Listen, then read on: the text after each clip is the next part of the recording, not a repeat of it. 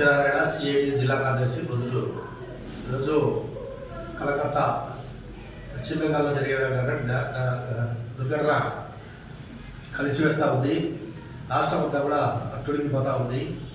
అక్కడ ఒక డాక్టర్ అంటే చదువుకుంటూ డాక్టర్ వృత్తి చేయాలని చదువుకుంటూ ఉంటే ఆ అబ్బాయి పైన అఘాయిత్యం చేసి ఆ అబ్బాయిని రేప్ చేసి అంటే చాలా చేయరాని పనులు కూడా చేసి అబ్బాయిని చంపడం జరిగింది.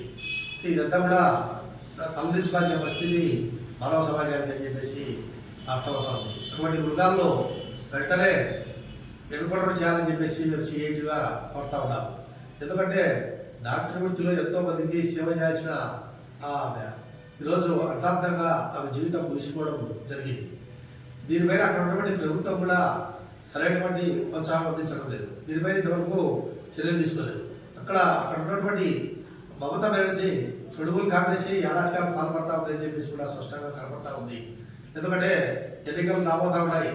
భయభ్రాంతులకు గురి చేస్తే మళ్ళా అధికారం మనకే కట్టబెడతారనే ధోరణితో ఈరోజు తృణమూల్ కాంగ్రెస్ ముందుకు పోతా ఉంది. పశ్చిమగా డాక్టర్ పైన దాడి జరిగితే వెంటనే అక్కడ ఆందోళన చేస్తుండగానే అర్ధరాత్రి హాస్పిటల్ పైన దాడి చేయడము, హాస్పిటల్ అంతా ధ్వంసం చేయడము, వాళ్ళలో కొంత దొరికిన వాళ్ళందరూ కూడా తృణమూలు ఉండాలని చెప్పేసి కూడా ఈరోజు పత్రికల్లో చూస్తూ ఉన్నాము. కాబట్టి ప్రభుత్వాలు ప్రజల ఆస్తులను కాపాడాల్సింది పోయి ఈ రకమైనటువంటి దుర్మార్గాలకు పాల్పడుతున్నటువంటి ప్రభుత్వాలు డిస్మిస్ చేయాలా అంటే వచ్చే ఎన్నికల దృష్టిలో పెట్టుకుని ఈరోజు మమతా బెనర్జీ ఈ రకమైనటువంటి దాడులకు పాల్పడతా ఉంది. ఇది సరైనది కాదు. దీన్ని ఈరోజు దేశమంతా కూడా ఈరోజు ఖండిస్తూ ఉంది. ఈరోజు డాక్టర్లందరూ కూడా ఓపీ నిలిపివేశారు.